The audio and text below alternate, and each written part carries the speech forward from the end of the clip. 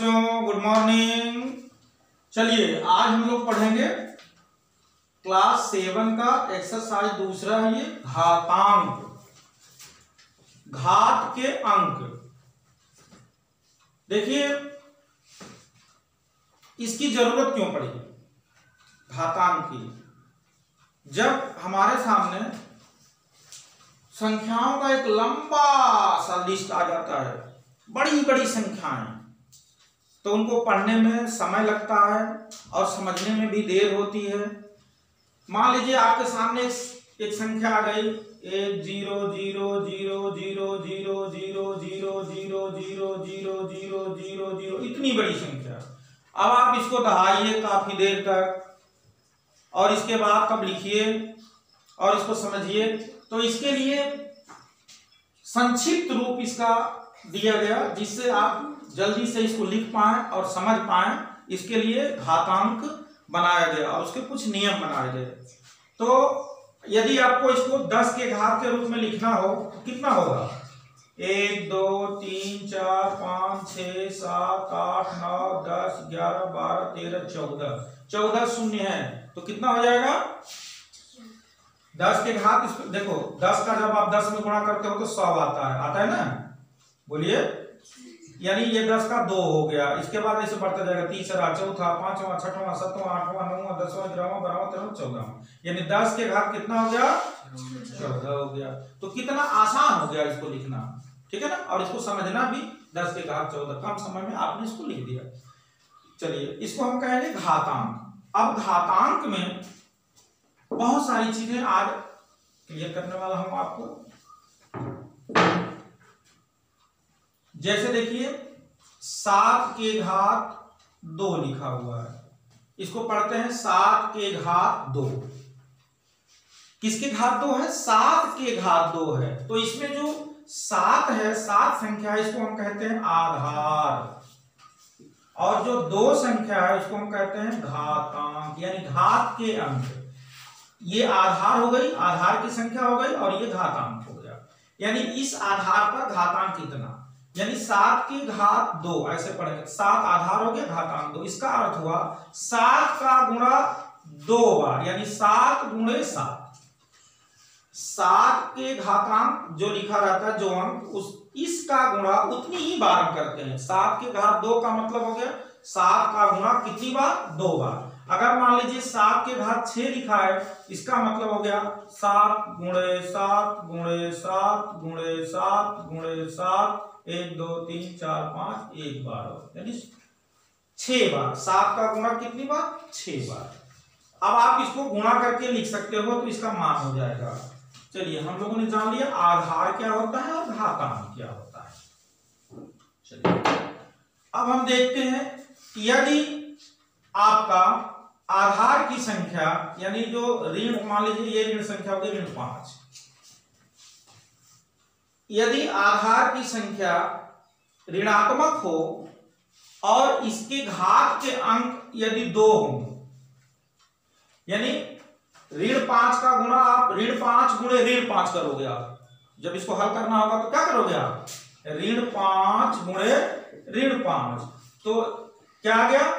25 आ गया, यानी धन 25 हो गया। चूंकि ऋण का गुणा ऋण में हो गया, धन 25 हो गया, यानी ये धनात्मक हो गई। तो एक चीज अब आ रही है समझ में कि जब हम ऋणात्मक संख्याओं की घात अगर 2 हो, यानी सम संख्या हो, यदि ऋणात्मक संख्याओं की घात, ऋणात्मक संख्याओं की घात के अंक, एक चीज उभर करके आ रहा है यहां पे नियम कि यदि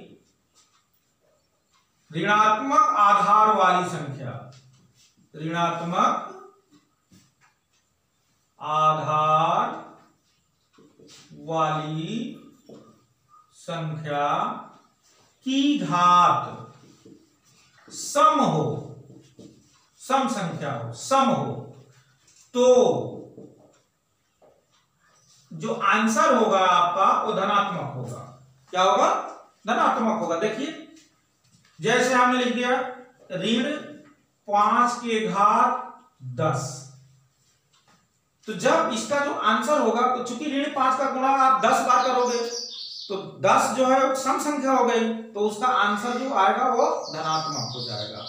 यदि विषम संख्या होता है, जैसे ऋण 5 की घात 3 है, यदि आपका हो जाता है, चूंकि ऋण 5 का गुणा तो आप 3 बार करोगे, 5 गुणे 5 गुणे 5, जो आंसर होगा वो क्या हो जाएगा, ऋणात्मक संख्या हो जाएगी, चूंकि ऋण का गुणा आप 3 बार कर रहे हो, तो जब 3 बार करोगे तो आंसर ऋणात्मक हो जाएगा, और 4 बार करोगे तो धनात्मक हो जाएगा, 5 बार करोगे तो ऋणात्मक हो जाएगा। यानी हमने क्या देखा कि यदि आधार की घातांक सम हो तो जो इसका आंसर होगा वो क्या होगा, एक सम संख्या होगी,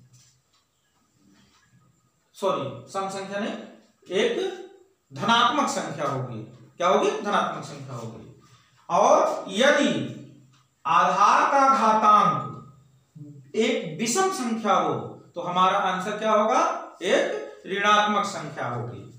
चलिए और कुछ देख लेते हैं।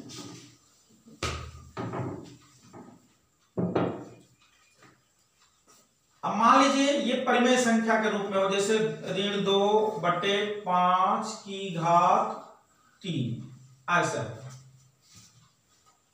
तो कैसे हल करेंगे इसको, सेम प्रक्रिया आपकी वही होगी, ऋण 2/5 गुणे ऋण 2/5 गुणे ऋण 2/5, आप इसको गुणा करके या कटता है तो कटा करके हल कर लेंगे। ठीक है, चलिए और देखते हैं हम इस तरह की।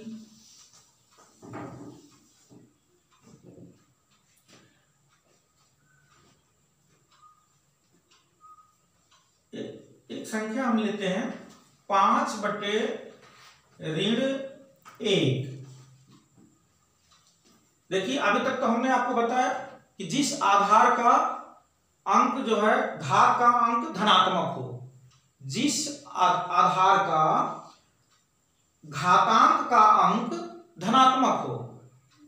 अब हम बताने जा रहे हैं आपको जिस आधार के घातांक का अंक ऋणात्मक हो, तब आप क्या करेंगे, इसको कैसे लिखेंगे, तो देखो ये परिमेय संख्या के रूप में लिखी जाएगी। इसको हम लिखते हैं 1/5, चूंकि आधा ये 1 है, यानी 1 ही बार गुणा करना है। अगर ये ऐसा होता 5 के घात ऋण 2, तो कैसे लिखते इसको, इसको लिखते 1/5 गुणे 5, ऐसे लिखते हैं।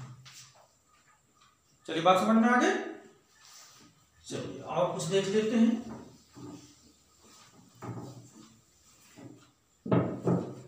यदि अब आपको सवाल ये ऐसा आ जाए, एक संख्या आपको दे दिया जाए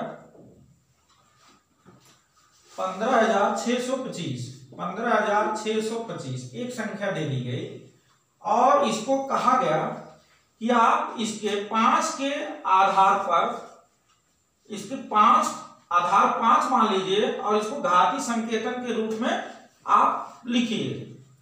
5 के आधार पर, आधार आपको मानना है 5, तो इसका घातांक क्या होगा,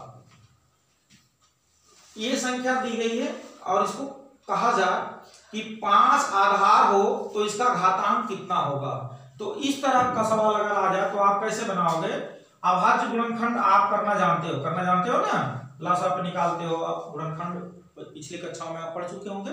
तो आप इसको जितना आधार आपको दिया रहे, 5 दिया रहे, 25 दिया रहे, 125 दिया रहे, कुछ भी दिया रहे, उसको आप वो संख्या आप यहाँ पे ले लोगे। ठीक है, मतलब इसके घात के कितने अंक हैं इसको जानने के लिए तो हम इससे भाग देते हैं, भाग देकर, यानी जैसे आप लसअप निकालते हो, गुणनखंड करते हो, 5 तिहाई 15 हो गया आपका, भाग दे रहे हैं 5 1 5 हो गया, इसमें 1 बचा, ये 2 हो गया, 5 दूना 10 हो गया, इसमें 2 बचा, 5 5 25।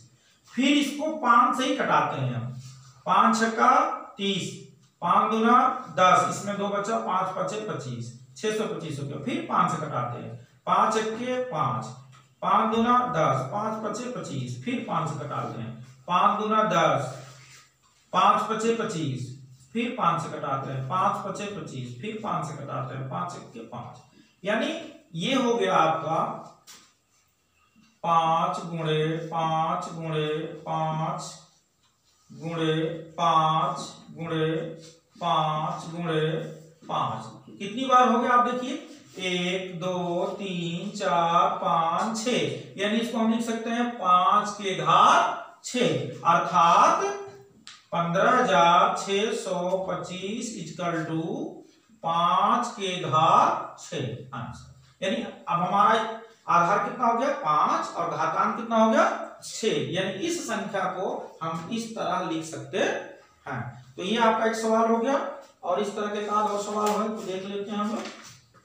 अगर सवाल आपको दे कि 2 की घात 7 का मान बताओ,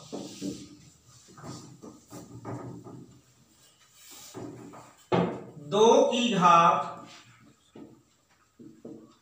7 का मान बताओ, हम कैसे बनाएंगे इसको। देखिए 2 की घात 7 यानी 2 क्या है आधार है और 7 क्या है घातांक है। 2 की घात 7 इसको हमेशा ध्यान में रखिएगा। 2 की घात यानी 2 आधार घातांक 7 हो गया। तो जैसा कि मैंने बताया आप वैसे लिख दीजिए 2 गुणे 2 गुणे 2 गुणे 2 गुणे 2 1 2 3 4 5 बार हो गया, 6 बार हो गया और ये 7 बार हो गया। अब आप गुणा कर डालिए 2 दूना 4 4 दूना 8 8 दूना 16 16 दूना 32 32 दूना 64 64 दूना 128 गुणा कर लीजिए इसे 64 में 2 का गुणा कर दीजिए 2 चौके 8 2 छक्का 12 ये आपका आंसर हो गया। तो बस आज का टॉपिक यहीं तक समाप्त करते हैं। नेक्स्ट वीडियो में हम आपको बताएंगे घातांक के क्या क्या नियम होते हैं, घातांक के नियमों को बताऊंगा।